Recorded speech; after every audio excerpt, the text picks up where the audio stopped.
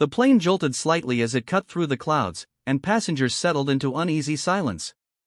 But from seat 14A came a tiny voice, soft, trembling, and far too mature for its age. "You look tired, sir." The CEO, a man feared across boardrooms and headlines, lifted his eyes, annoyed, exhausted, and ready to snap. But when he saw the little girl sitting alone, hugging a worn teddy bear with fingers that shook, he had no idea those 4 words would unravel everything he thought he knew about success, family, and what truly matters. By the time the plane landed, his entire life, his future, his past, and his cold, guarded heart would be changed forever. Ethan Hale, CEO of Hale Dynamics, had lived the last 10 years like a machine, fast, precise, and emotionally unbreakable. His company dominated international markets, and his employees whispered his name with fear. Deadlines. Results. Perfection. That was all he demanded. Nobody knew that behind the immaculate suits and cold expressions was a man drowning in exhaustion. 14-hour meetings. Investors circling like sharks. Lawsuits threatening to topple years of work. And tonight, he wasn't flying for business, he was flying home for something he kept buried. His father was dying. He hadn't seen his father in 3 years, he wasn't ready yet, he never would be. He sank into his first-class seat, loosening his tie for the first time in forever. His temples throbbed. He closed his eyes, then a soft voice broke through the walls he'd built. "You look tired, sir." Annoyed, Ethan opened his eyes and turned his head sharply, only to see a little girl around 8 years old staring at him from the economy section, separated only by the thin curtain. She wore a faded yellow dress and held a teddy bear with stuffing peeking out of its seams. He frowned. "Shouldn't you be with your parents?" The girl blinked. "I'm alone." His spine straightened. "Alone?" On a night flight, he glanced around. No one seemed to notice her. "Where are your parents?" he pressed. She lowered her gaze, rubbing the bear's ear. "My mom is, she's gone. And my dad, he works far away. I'm going to him." Ethan felt a strange tug in his chest. He tried to brush it off. "That's dangerous," he muttered. She nodded, as if agreeing with a fact she had accepted long ago. Everything is dangerous when you're alone. Something cracked inside him. Before he could speak, the plane hit turbulence. The cabin shook violently. The girl whimpered, gripping her bear. Her knuckles turned white. Without thinking, Ethan reached across the curtain. "Hey.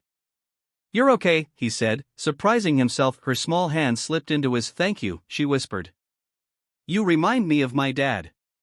He looks tired too." The words hit him harder than the turbulence.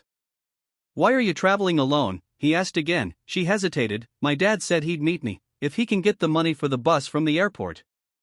Ethan's jaw tightened. "Meet me if he can get the money." His girl wasn't just alone, she was barely holding on to hope. The plane steadied. The girl relaxed slightly, still clutching his hand. Ethan didn't pull away. "Sir," she asked quietly. "Yes?" "You look like someone who hasn't slept in a long time. My mom used to say that people like that don't need rest, they need someone to care." Ethan swallowed hard. This child, gentle, observant, painfully honest, was seeing straight through him.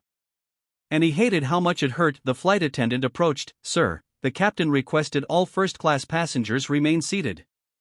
Ethan looked at the girl again. Alone. Fragile. Braver than she should ever need to be. "Can she sit with me?" he asked suddenly.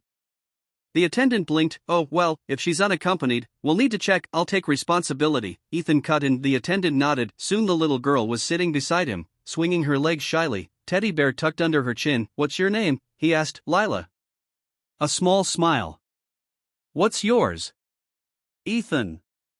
"Ethan," she repeated. "That's a strong name. Like someone who protects people." He looked away, jaw clenching. He didn't protect anyone.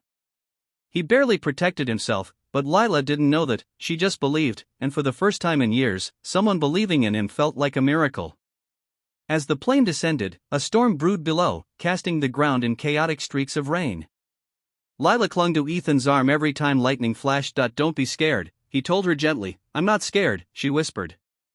"I just don't want to land alone." Something tightened in his throat. When the plane touched down, Lila perked up instantly, pressing her face against the window. "Dad said he'll try his best to be here," she said. "He always tries." Ethan couldn't ignore the uncertainty in her voice. They walked out together, her tiny hand tucked into his palm. Passengers stared. Ethan Hale, the unshakable CEO, guiding a child through the terminal like she belonged to him. He didn't care. At the arrivals area, Lila's eyes scanned the crowd eagerly, then slowly dimmed. Minutes passed, then more. No one came. Finally, the airport speakers crackled. Last call for arriving passengers. Lila's face crumpled. Not into tears, but into quiet acceptance. He couldn't come, she whispered. He always tries, but sometimes life is too hard. Ethan felt something inside him shatter. A memory surged, his own father waiting at the football field for hours. Even when Ethan stayed late at school out of anger, his father always tried too. But Ethan never forgave him, never gave him chances, never realized that trying is sometimes all a broken parent can do. Lila hugged her teddy bear tighter. I can wait till morning, she said softly. Maybe he'll make it then. Ethan knelt in front of her, heart pounding. You're not waiting alone. She blinked. But you look like you need to go somewhere important. He did. His father's hospital bed, his final chance, his last goodbye. But looking at Lila, he saw something more urgent, a child with no one in the world but hope. I'm not leaving you, he said. Her lip trembled. Why? Because someone should care, he whispered. Someone should show up. Tears finally filled her eyes. No one ever shows up for me. I'm here, Ethan said. And I'm not going anywhere. In that moment, a little girl rewrote the meaning of responsibility he'd buried long ago. He called his assistant. Arranged a hotel. Ordered food. Bought Lila a new set of clothes. All without hesitation, not because he felt sorry, but because her presence made him feel human again. Later that night, after Lila fell asleep curled beside her teddy bear, Ethan stepped out onto the balcony. Rain washed the city below. His phone buzzed. A message from the hospital. Your father is asking for you. He looked back at the sleeping girl. He couldn't leave, but he couldn't lose his father either. His chest tightened painfully. He sank into a chair, overwhelmed. Then a tiny voice broke the silence. Ethan? She stood in the doorway, sleepy-eyed. You should go see him, she said simply. You told me someone should show up. You should show up for your dad. His breath hitched. How did you? She smiled softly. My mom used to say, when your heart hurts, it tells you what's important.